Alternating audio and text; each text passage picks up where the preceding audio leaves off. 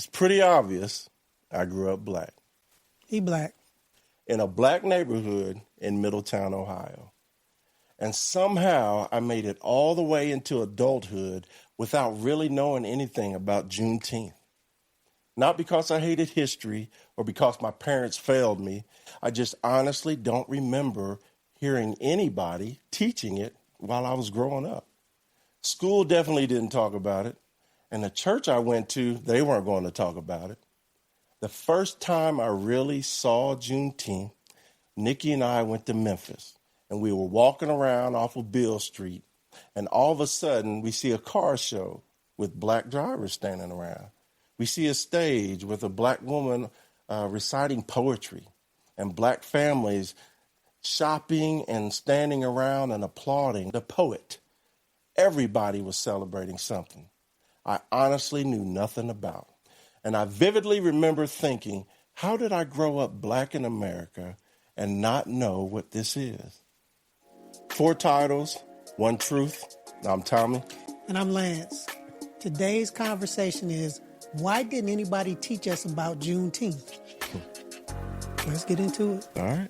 So how did you, a black man that grew up in East St. Louis, and yes, he's black, y'all. How did you go through school?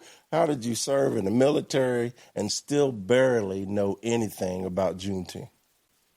They didn't talk about it. Yeah. You know what I mean? So it's like, if you don't know, if they don't say anything to you, then you don't know about it.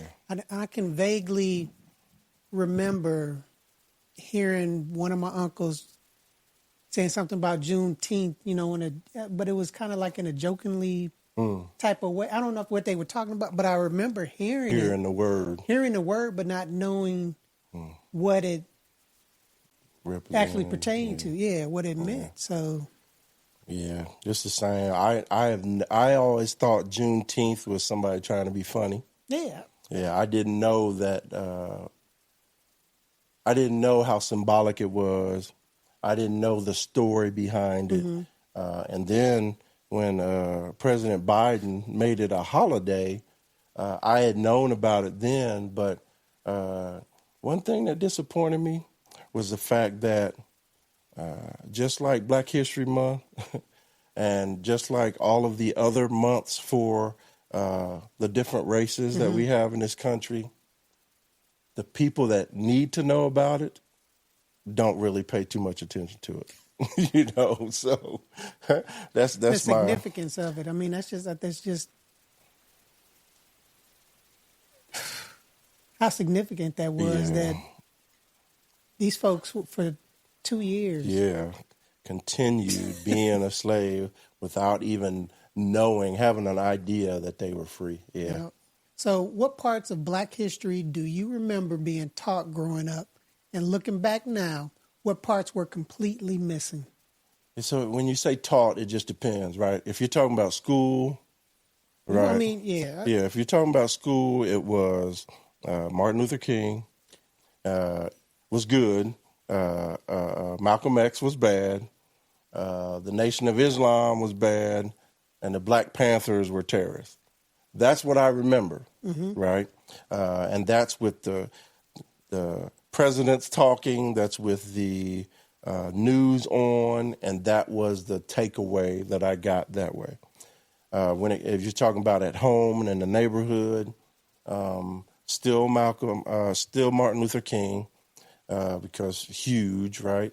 But the main thing I remember with him is Selma, and then I remember this Million Man March, and then I remember his speech, and then I remember his assassination.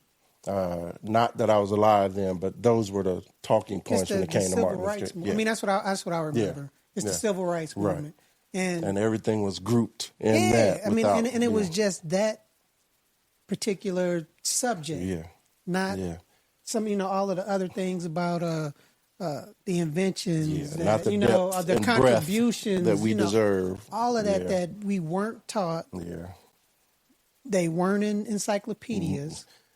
So they were in some.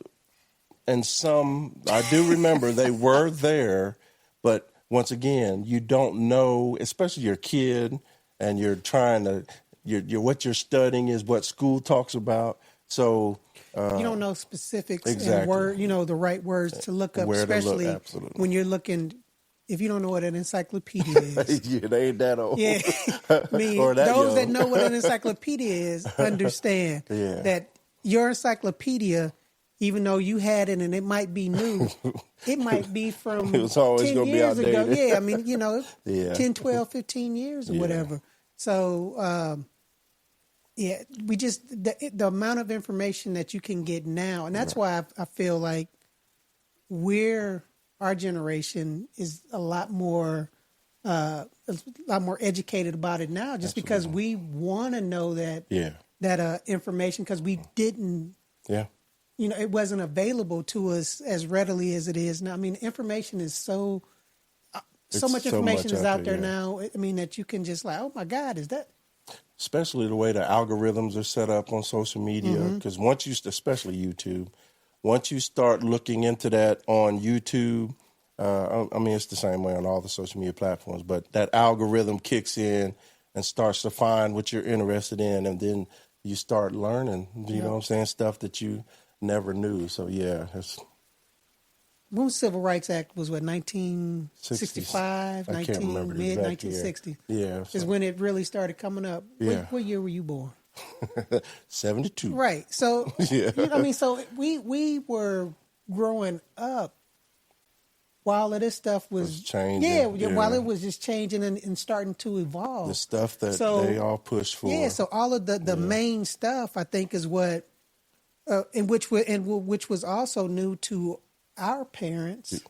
Well, the change voting. was happening. Yeah, I mean, all of that stuff. So that was what was important at the time that we got. Not, I mean, a decade. Yeah, I later, don't think that they were looking at it like, oh, we need to let them know about this and they should know about this. Where I think they were trying to let us know what was going on now, what we were able to do, what was being opened up to us, the doors being opened up to us, so that we could, latch on to that, learn more, keep on, pushing, keep growing, keep pushing, and then another point of it is,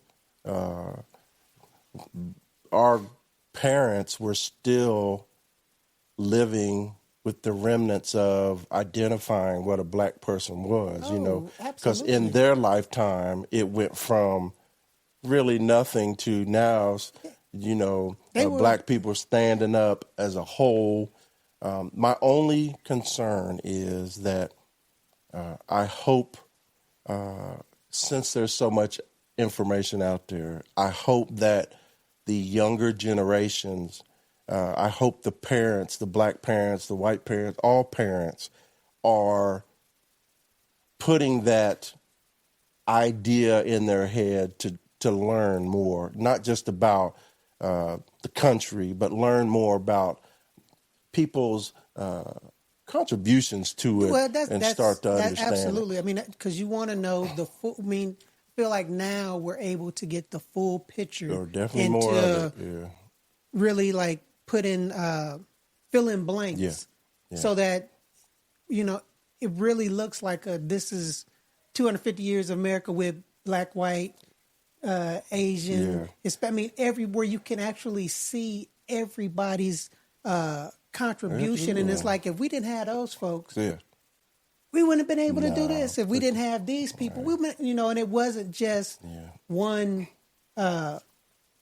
race that did everything, that came made up with all the happen, ideas, put in the work. I mean, and a lot of people, a lot of racist people have the vision that without white men, the U.S. would not exist, and it's not.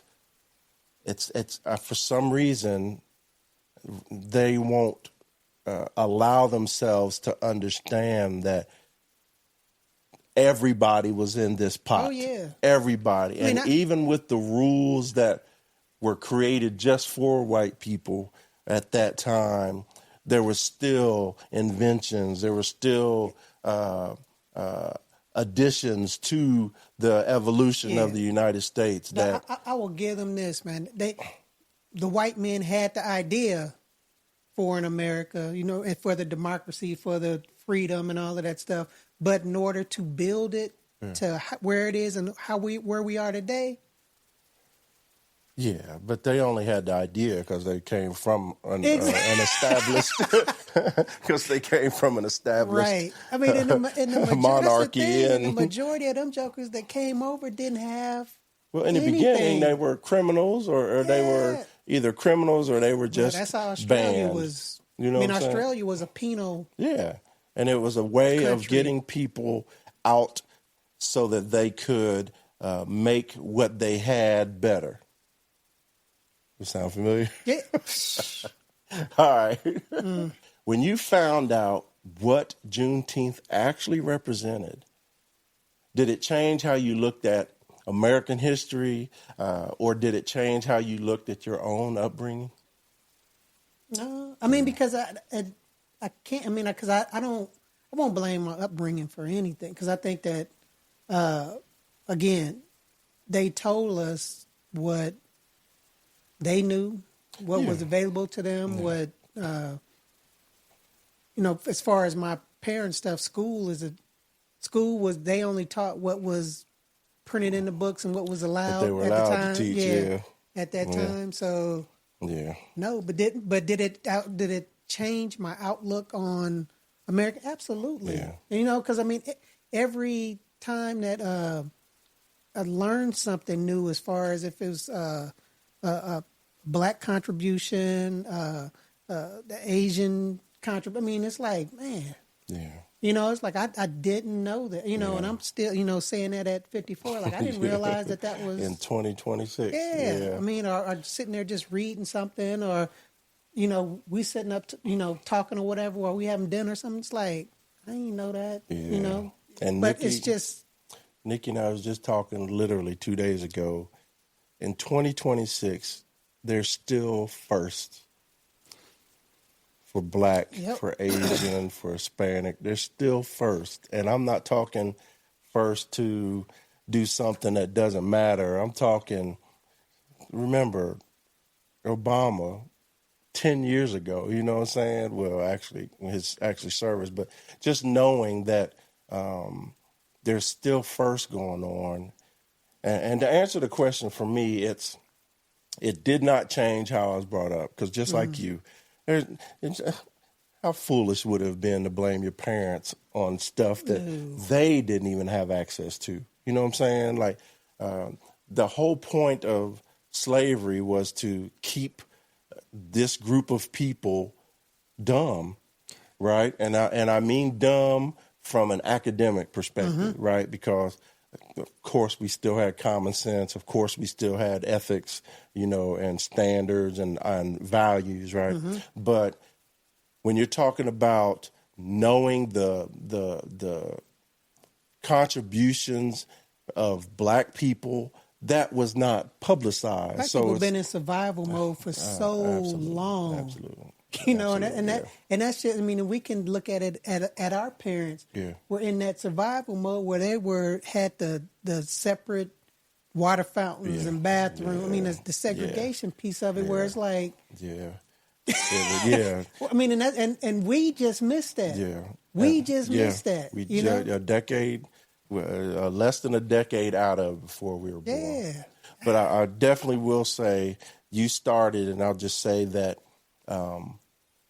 it added value to me as a young Black man, finding out how much Black people actually did, because the way we were brought up educationally, academically, it was we thought that the only contributions we had was slavery. At the end, on the other end of the whip, you know what I'm saying? And so figuring out that we had W.E.B. Du Bois, figuring out that we had the Tuskegee Airmen, figuring out that the Tuskegee, syphilis, sacrifice, murder, whatever you want to call it, stuff like that is happening. That's real information that can not only help you feel more proud about the contributions of your race as a black person, and for us as young black men and black boys. But it also, you started to see the hatred that was really out there, because in Ohio, we didn't have the same feeling that was in a Mississippi or Alabama, right? And so growing up and then seeing pictures of cities and towns celebrating a hanging of a young black man or women or girls or boys, black girls or boys, that hate is now, you start to understand it more. You start to say, good Lord. And then, because when I first heard about the black and white bathrooms, you just think that they just want people segregated, separate, right? And that's one of those things. It's not like it makes sense to you, but it's a word that you can understand, right? But then when you start to find out that if a black man was walking down the street and looked a white man in the eyes, that joker could be hung for that. You know what I'm saying? Or a black woman's caught by herself or walking with her husband, unless that husband dies, or even when they died, they could take your wife and rape her and give her back to you. And there's literally nothing you could do about it, because you could fight for her and die, fight for her and lose. But the bottom line is, if they want to rape your wife, your child, your daughter, whatever, there was nothing a black person could do about it. And so by learning all the stuff that was going on and getting real information and real knowledge, it completely changed the scope for me. It completely, it ramped up my anger. That's the first thing. Secondly, it ranked up my disgust, for not the whole race, but for a lot of jokers. It started to let you see that there are people that still walk in those steps and still feel that way. And you could see it in their eyes, and you can hear it in the way they talk to you in the subtle ways. And then on another turn on it is that you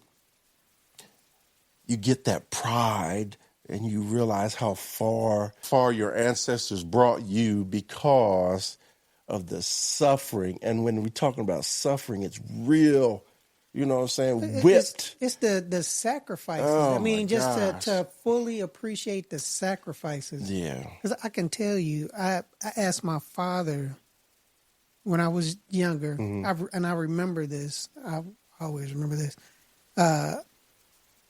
I said, how did you all do that? I mean, the separate bathrooms and water fountains. I said, how did y'all do that? Not being able to eat up in the front.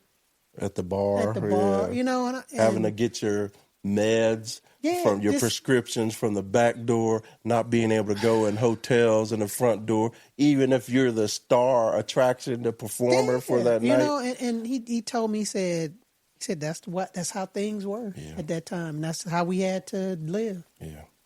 And it's just, and that just was like, what are you talking about? What do you mean? Y'all didn't all raise up? And it's like, no. It's when it goes back to I hate the saying is, you don't know what you don't know. You don't. And when I say that this time, I'm specifically talking about not understanding knowledge, but actions. You know what I'm saying?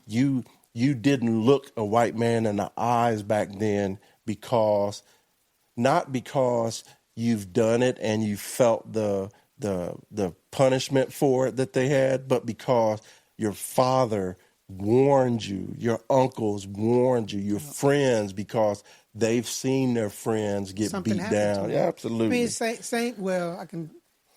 Similar to how we tell our kids about the police and driving, and when they're going through small towns and things like that. It's like, look, pay attention. Be aware, pay attention. So this ain't the time.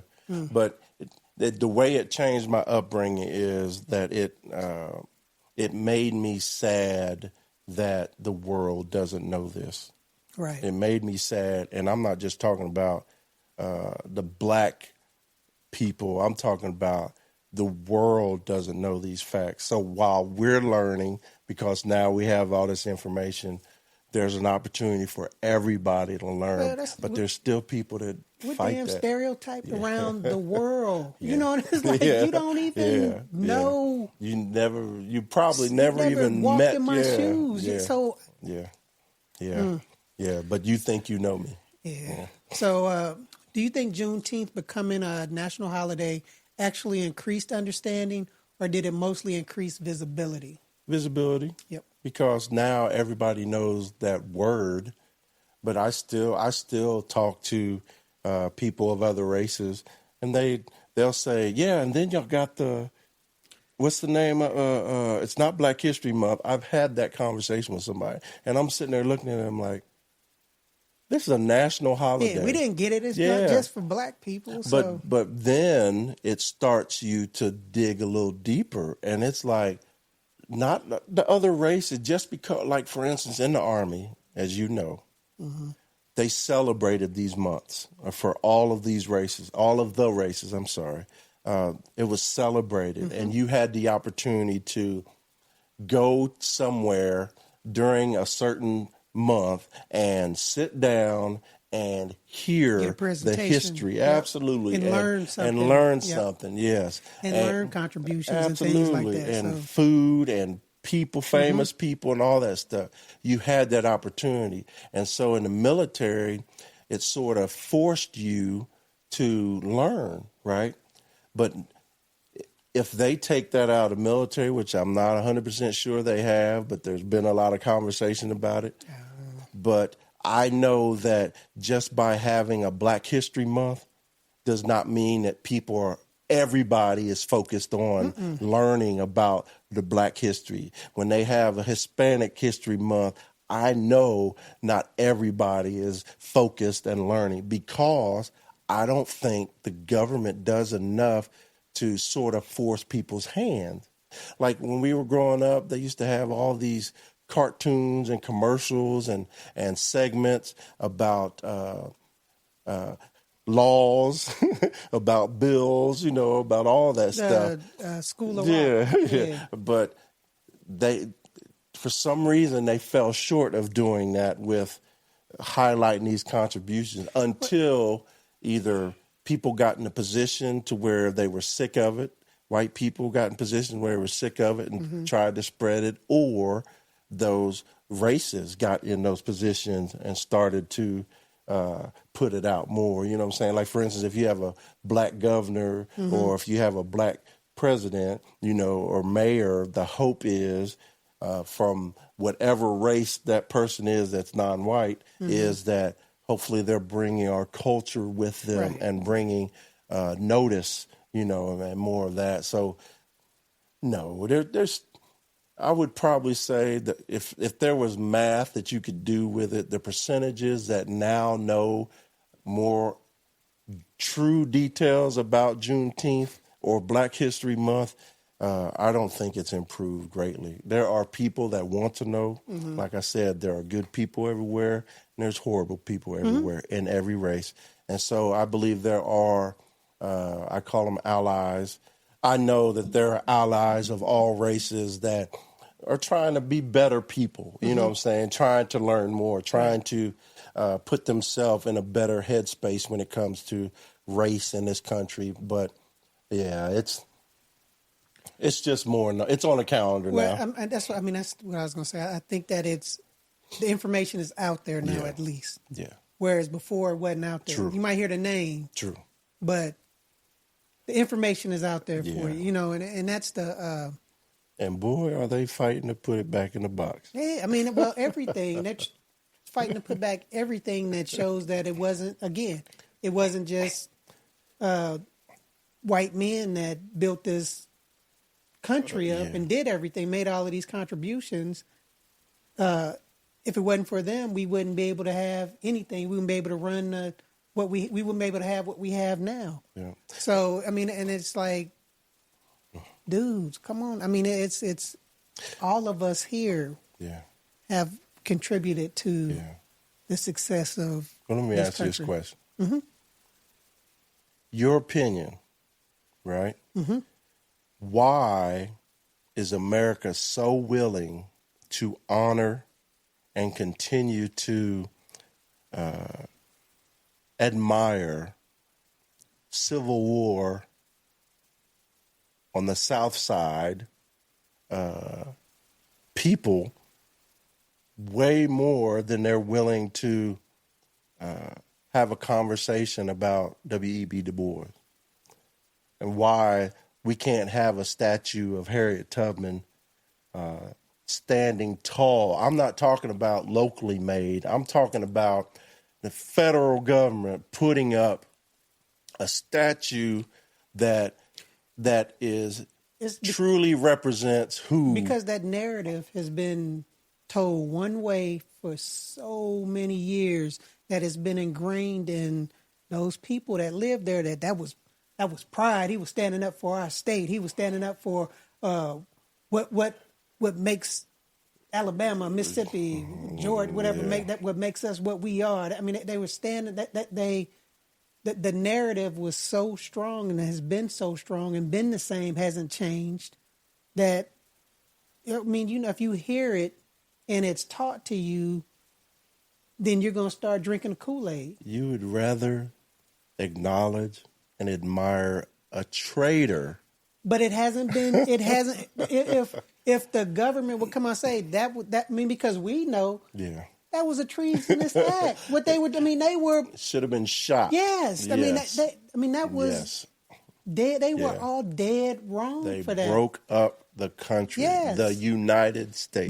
But it was again where we start talking about slavery was the business. Yeah. Okay. So we were the North was trying to take away how the South made its money. Yeah, but I'm going to tell you this, and I'm going to stand on this. The fact that there are military installations and statues and carvings in mountains for people who were clearly against the United States of America, and they are still up or they are being put back up, is, to me, one of the most racist things I've ever heard of. And it's one of the most, I'm going to make up a word, un-United States thing or idea you could possibly have. Stately. If you're going to sit there and call yourself a patriot, you're going to call yourself a patriot, and the first thing out of your mouth is Robert E. Lee, you know, or fighting to keep these lies, right, and these wrongs that were to the so many lives were lost. Yeah, it's like call it and tell it what it was. I mean, because they're telling you to forget who the people were. But during this period of what they chose to, who they chose to follow, what they chose to fight for, you had to tell what that shit truly meant. Yeah, but don't honor them, man. I'm telling you, I'm of the ilk of, if you have a military base where you expect every United States citizen, no matter what their race is, to volunteer and serve, then every base, every ship, every plant, everything that they've named after those traitors and after known racist people should not exist. This should go away. There should not be a Fort Bragg. There should not be a Fort Lee. I don't care if you find another name.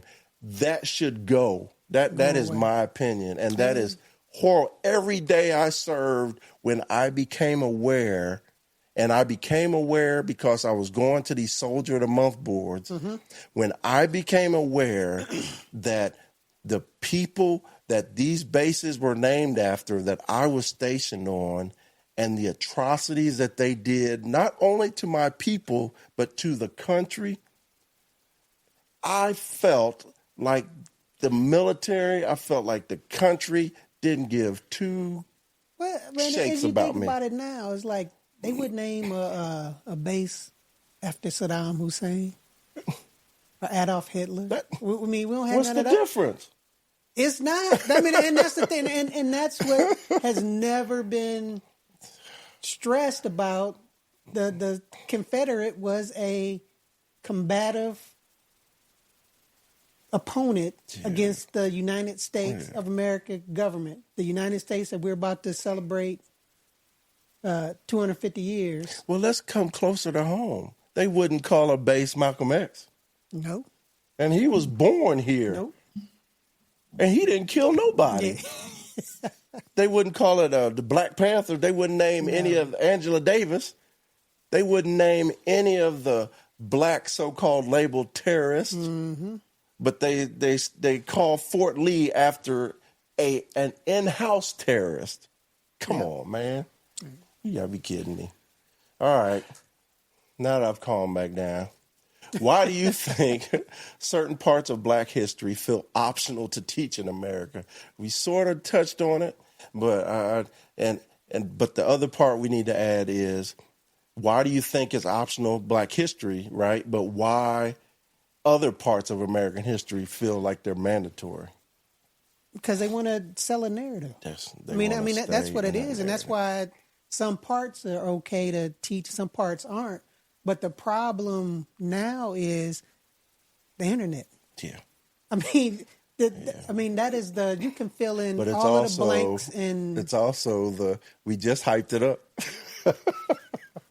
You know what I'm saying? It's that good old give and take, man. Yeah, I mean, it's a lot. I mean, it's a lot more information out now, and I think it's really going to be up to the, generations after us, the kids after us, to go seek it, to seek go it, find and it. Yeah. I mean, and I think what we can do while we're still upright and a sound mind, especially in this, is try to platform, get the news, keep spread, talking about keep talking about what we keep know, and have keep hopefully the conversation the kids go out. going. That's right, keep it going.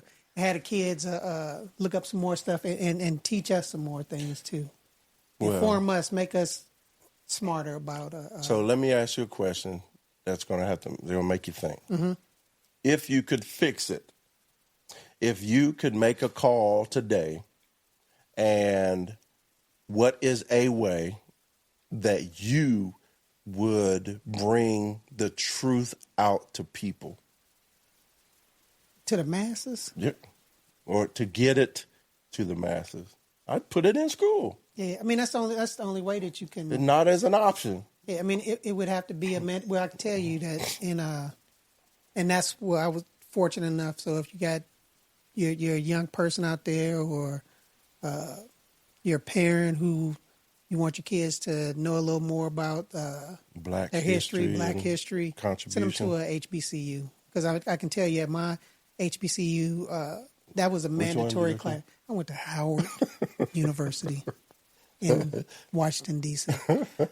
So that was a mandatory class. Yeah, you weren't getting through that college without. No, you had to take that. You had to take that course. I mean, it was many more that you could take. I mean, that was actually a major if you wanted to. You could make it. Yeah, but it was a lot more. You had to take. I mean, that's something that you had to take that would open up your mind. And we had the library there that had all of the books and manuscripts, and I mean all of those things there that were available to us, so that we could actually go and look and read and say, "Oh man!" Because I did not get that. I can tell you that I did not get any of that in high school when I was growing up. That wasn't taught. Yeah. It was the standard across the board. Yeah. So my answer to that question is, I would, and it's going to cost money, right? But I would start all the way back in elementary. I'm talking kindergarten.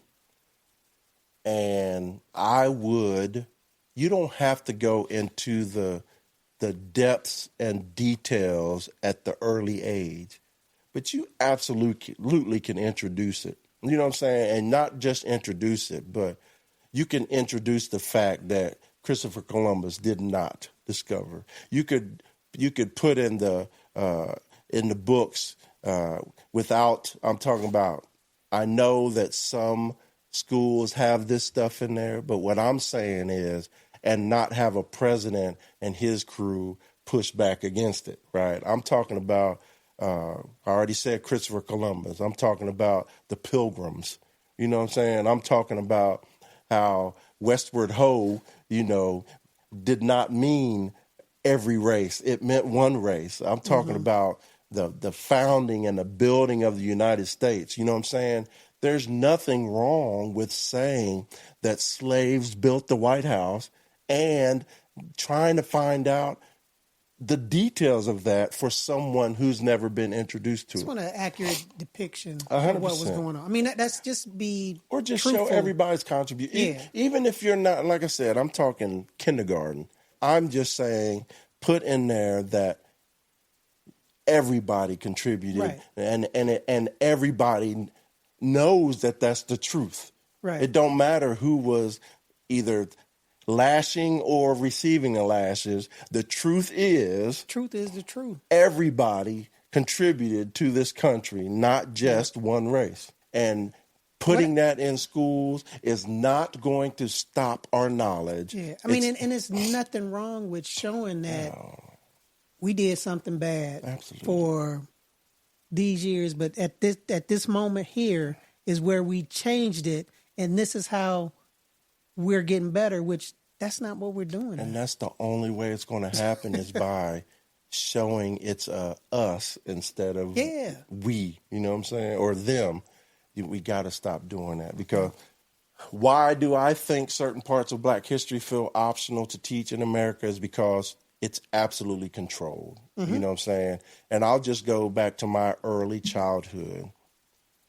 When I was growing up as a kid, my memory of the Black Panthers and Malcolm X were that they were terrorists, that they were bad, that they were evil. My parents contradicted that by telling me that the Black Panther, they were a community thing.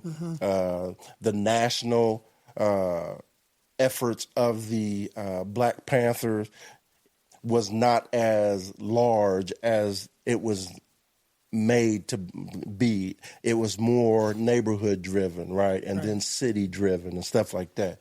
And Malcolm X never talked about killing white people, or never talked about let's get 30 people together and go shoot up a Catholic church. None of that was ever said. You know what I'm saying? It was strictly with Malcolm X a disagreement on the process.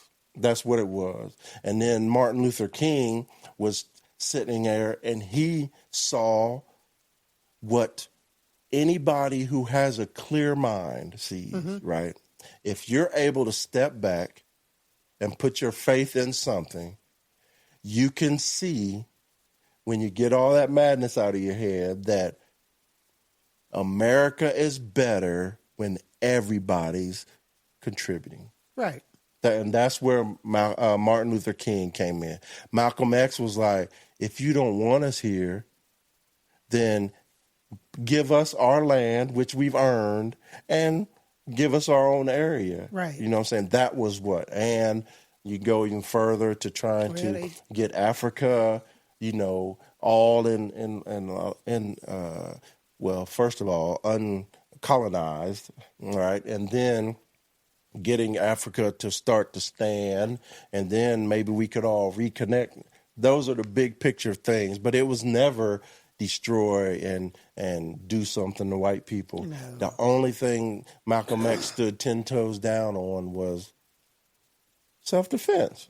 Yep. If them jokers going to come at you with a knife, you have a knife. They're going to come at you with a gun, you have a gun. And pride in your race. I mean, and it's nothing and that's wrong what with, all of them taught. Yeah, I mean, and I still feel like it's like that today, whereas if you feel prideful or you want to you try to push things to uplift folks in your race, folks that look like you, then you're radical, or you don't care about, you must be racist. And it's like, that's not it. But here's another thing that I don't understand, right? There are other races in this country, right, besides black people. And each race, to include white people, they're drawn to themselves, right? Mm-hmm. The only difference that I see is that when black people want to stick together, when black people want to grow and make the world better and safer for their descendants, it's with a pure heart, caring about making your child's and your grandchildren's life easier, right? And it's that way for every race. But when white people start talking about their pride and their stuff, it always seems to be linked to hate.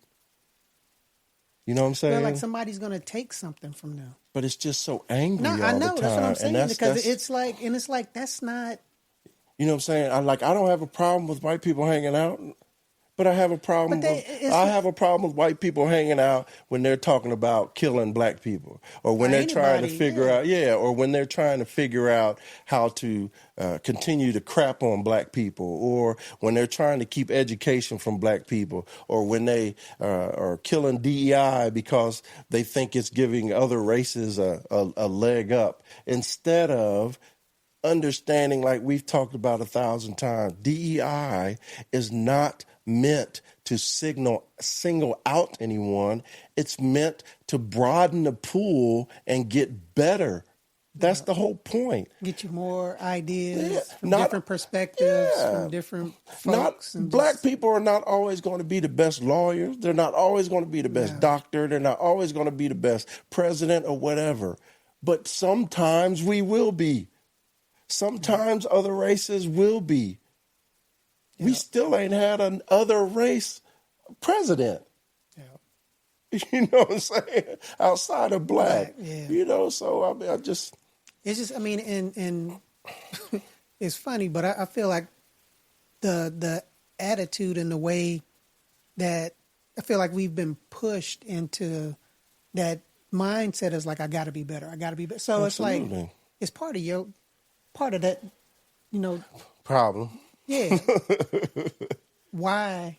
Yeah. You know, we have some folks that excel at, just because it's like that's just been put in our head. Absolutely. That I have to be better than this person because otherwise I won't be able to. Yeah. Or give up. Yeah. And that's why you have some black men and women that 10-toe stand in it and try their best to be perfect. And guess what? That's mental trauma. It's exhausting. Exhausting, right? It's exhausting. But then you also have black men and women that just look up and say, what's the use? You know what I'm saying? Why should I go do this when I can go do this, stay in my neighborhood, make this money, whatever? You know, so it's you're right. The way the United States has been, it's forced us, and I mean us as Americans, to adapt. Mm-hmm. And sometimes those options to adapt to or into are not good options. No. Or not the best option, no. I guess. So, yeah, I'm with you, man. Huh. But I would say mandatory history should be history that includes everybody that's in it, that tells the truth. Mm-hmm. And like I said, if you want to get, it's just like anything else.